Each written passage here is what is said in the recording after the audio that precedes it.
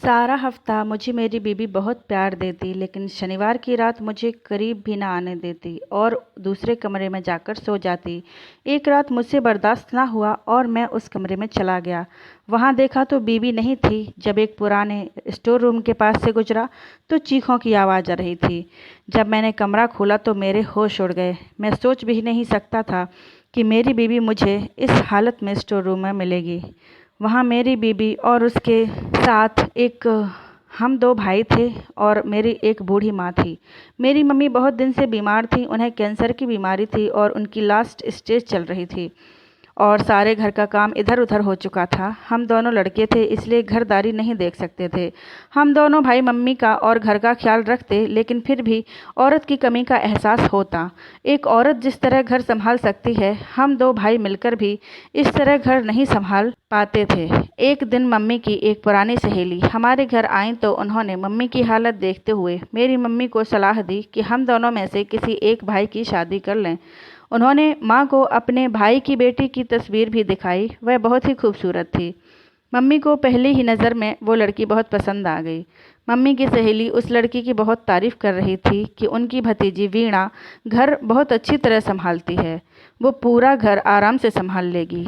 Mummy भी घर की तरफ से बहुत ज़्यादा फ़िक्रमंद थीं। मम्मी ने मेरे बड़े भाई को वीणा की तस्वीर देकर कहा, तुम शादी कर लो तो घर को संभालने वाली आ जाएगी। मुझे नहीं पता मैं कब दुनिया को छोड़कर चली जाऊं। पर भाई ने बिना तस्वीर देखे साफ मना कर दिया। उन्होंने कहा कि वह गरीब लड़की से शादी करेंगे, क्योंकि वो शादी पर कोई दहेज भी नहीं लेना चाहते थे, बल्कि सब कुछ खुद ही सेट करना चाहते थे। इसलिए फ़िलहाल वो शादी करने के लिए राज़ी नहीं थे। मम्मी ने जब मुझे वीणा की तस्वीर दिखाई तो वह मुझे पहली ही नज़र में पसंद आ गई। बिल्कुल वैसी थी जैसी लड़कियां मुझे पसंद थीं। भाई की तरह मैं भी बहुत अच्छी नौकरी करता था, इसलिए मम्मी ने सोचा कि वह भाई की जगह मेरी शादी करवा दे। वीणा बहुत ही पढ़ी लिखी और अच्छे ख़ानदान से थी। उसके पिता का अपना कारोबार था और वह खुद ही बहुत सुलझी हुई लड़की थी। उनकी हालत हमसे बहुत अच्छी थी। जब मम्मी वीणा के घर रिश्ता लेकर गईं तो मम्मी को लगा कि वीणा के घर वाले इस रिश्ते के लिए इनकार कर देंगे, लेकिन वीणा के घर वालों ने मेरी मम्मी को बहुत इज्जत दी और रिश्ता भी ले लिया। मुझे तो बहुत खुशी हुई। मैं तो सोच कर ही हैरान था कि उन्होंने एक गरीब लड़की का रिश्ता इतनी आसानी से ले लिया। पर जो भी हो, मुझे वह पहले से ही बहुत पसंद थी। हमारे घर की यह पहली खुशी थी। पापा के मरने के बाद तो हमने खुशियां मनाना छोड़ ही दिया था। मम्मी भी अपनी बीमारी को भूलकर शादी की तैयारियों में मगन हो गई। बेटे के सिर पर सेहरा सजाने का अरमान उनकी आंखों में चमक रहा था। देखते ही देखते मेरी शादी का दिन आ गया। पता भी नहीं चला कब यह दिन इतनी जल्दी आ गया था। मैंने सही मायनों में पहली बार वीणा को अपनी दुल्हन के रूप में देखा तो मैं उसे देखता ही रह गया। एकदम कोई आसमान की परी की तरह लग रही थी। जब मैं कमरे में गया तो उसकी खूबसूरती घूंघट डाले बैठी थी। मैंने वीणा को शादी का गिफ्ट दिया और उसका खूबसूरत चेहरा देखने लगा। वो किसी हसीन मूरत जैसी थी। उसका चिकना सा जिस्म मेरे जज्बात को बेकाबू कर गया था। मैंने अचानक ही वीणा के हाथों को चूम लिया। वो खामोश सी घबराई हुई सी बैठी थी। मेरी इस हरकत पर वह खुद में सिमट गई थी। मुझे उसका शर्माना भी अच्छा लगा था। मैंने उसे अपनी बाहों में भर लिया और अपनी मोहब्बत उस पर लुटाने लगा। उसका नाजुक सा वजूद मेरे जज्बात के तूफ़ान के आगे लम्हों में ही ढेर हो गया। शादी की ये रात मेरे लिए बहुत ही खूबसूरत थी। वीणा के रूप में मुझे एक बेहतरीन जीवन साथी मिल गई थी और बहुत प्यार करती थी मुझे। ऐसा लगता था जैसे मेरी लाइफ पूरी हो चुकी है। मुझे और कुछ नहीं चाहिए था अपनी ज़िंदगी में। अगले दिन वीणा अपने घर चली गई और मैं सारा दिन बेचैनी से उसकी वापसी का इंतज़ार करता रहा। मेरे बड़े भाई ने मेरी हालत देखी तो मेरा मजाक उड़ाने लगा। वीणा भी घर के माहौल से पूरी तरह वाकिफ़ हो गई थी।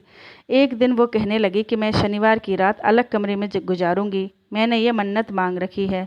मैंने कहा ठीक है, अगर ये तुम्हारी मन्नत है तो मुझे कोई एतराज़ नहीं है, लेकिन तुम्हारी गैर मौजूदगी मेरे लिए मुश्किल है। मैं तुमसे दूरी बर्दाश्त नहीं कर सकता। मेरी बात सुन के वो कहने लगी कि उसके लिए भी मेरी जुदाई बर्दाश्त करना कोई आसान बात नहीं है, लेकिन हम दोनों एक ही घर में हैं और मैं बस एक ही रात अलग गुजारा करूँगी। मैं उसकी बात मान गया और फिर एक दिन मैंने अपनी पत्नी को आँखों से कुछ ऐसा करते देख लिया जिसने मुझे अंदर तक झकझोर कर रख दिया। मैंने गुस्से में उसे घर से निकाल दिया वह मुझे फ़ोन करती लेकिन मैं उसका फ़ोन नहीं उठाता। मम्मी बार बार वीणा के बारे में सवाल कर रही थीं। ये वीणा कब वापस आएगी? मम्मी को भी वीणा की आदत हो चुकी थी। वो इस तरह मम्मी का ख्याल रखती थी कि मम्मी उसे सगी बेटी की तरह प्यार करने लगी थीं। एक शाम मैं दफ्तर से लौटा। कुछ देर बाद ही हमें खबर मिली कि मेरे भाई का एक्सीडेंट हो गया है। उस शाम मैं वीणा को तलाक देने के लिए उसके घर जाने वाला था, लेकिन भाई के एक्सीडेंट का सुनते ही मैं अस्पताल के लिए दौड़ पड़ा। भाई की हालत बहुत नाजुक थी। उनकी जिस्म की हड्डियां टूट गई थीं। कई घंटों के ऑपरेशन के बाद भाई की ज़िंदगी बच गई थी, लेकिन डॉक्टर ने बताया था कि वह ज़िंदगी भर बैठने के काबिल भी नहीं रहे। उनकी रीढ़ की हड्डी पूरी तरह टूट चुकी थी। भाई का एक पाँव भी बिल्कुल ख़त्म हो गया था। अपने भाई की ऐसी हालत देखकर मैं वीणा को पूरी तरह भूल गया और भाई की देखभाल में लग गया। मम्मी भी भाई को लेकर बहुत परेशान थीं। उनकी हालत बहुत ज़्यादा बिगड़ गई थी।